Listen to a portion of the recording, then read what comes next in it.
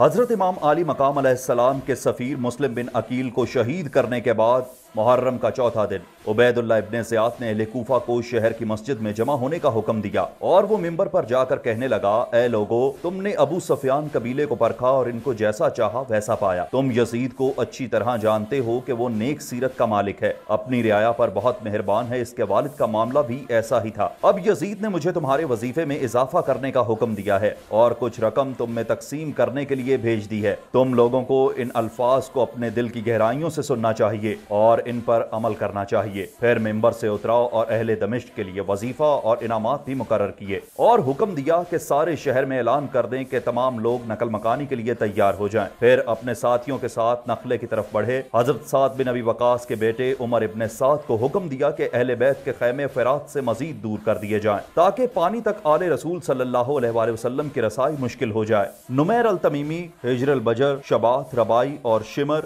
حضرت سعد بن ابی وقاص کے بیٹے عمر ابن سعد کا حسین علیہ السلام کے ساتھ محاصرہ کرنے کے لیے لشکروں کو ترتیب شروع کر دی۔ شمر بن ذوالجوشن وہ پہلا شخص تھا جس نے 4000 تربیت یافتہ سپاہیوں کے ساتھ امام علی مقام علیہ السلام کے ساتھ جنگ کے لیے اپنی تیاری کا اعلان کیا۔ بعد ازاں یزید رکاب قلبی 2000 فوج کے ساتھ، نمیر التمیمی 4000 فوج کے ساتھ، مزاری رہینہ 3000 فوج کے ساتھ اور نصر ہرشا 2000 فوج کے ساتھ تیار ہوئے۔ مجموعی طور پر 4 محرم تک 20000 فوج نے بالترتیب اپنی تیاری کا اعلان کر دیا۔